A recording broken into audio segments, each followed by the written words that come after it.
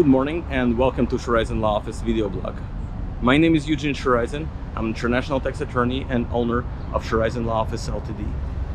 And today I'm continuing a series of blogs from Santa Monica, California. In previous blogs I raised the issue of US citizens moving to live outside of the United States, and I've addressed the first problem, that is of local tax compliance. Today I'd like to talk to you about the second problem, that is ending state tax residency. Now let me be clear about what I mean here. What I mean is ending local state tax residency, obviously not federal tax residency. Federal tax residency, you will have it while you continue to be a US citizen. So for example, state of California has its own state tax residency rules, and while they consider you a tax resident, they will tax you on your worldwide income.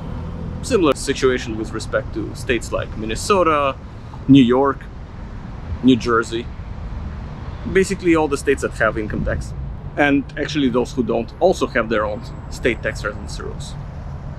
Now, why is that important? Why do you need to end your state tax residency, or at least consider doing that, before you leave the United States? For a very simple reason. If you don't, then the state will continue to tax you on your worldwide income, even though you technically live outside of the United States. I can give you an example from my Minnesota practice. A client of mine left for the Middle East. He thought that he ended his Minnesota tax residency. He lived there for 4 years, and then all of a sudden the state of Minnesota contacted him and argued that he should be paying Minnesota taxes on his worldwide income for all of these 4 years. The local accountants unfortunately did not do a good job during the interview. They misguided him, and then he came to me and we took care of this problem.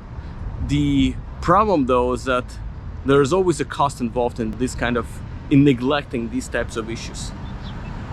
You need to make sure that you do everything that is required to end your state residency before you leave the United States.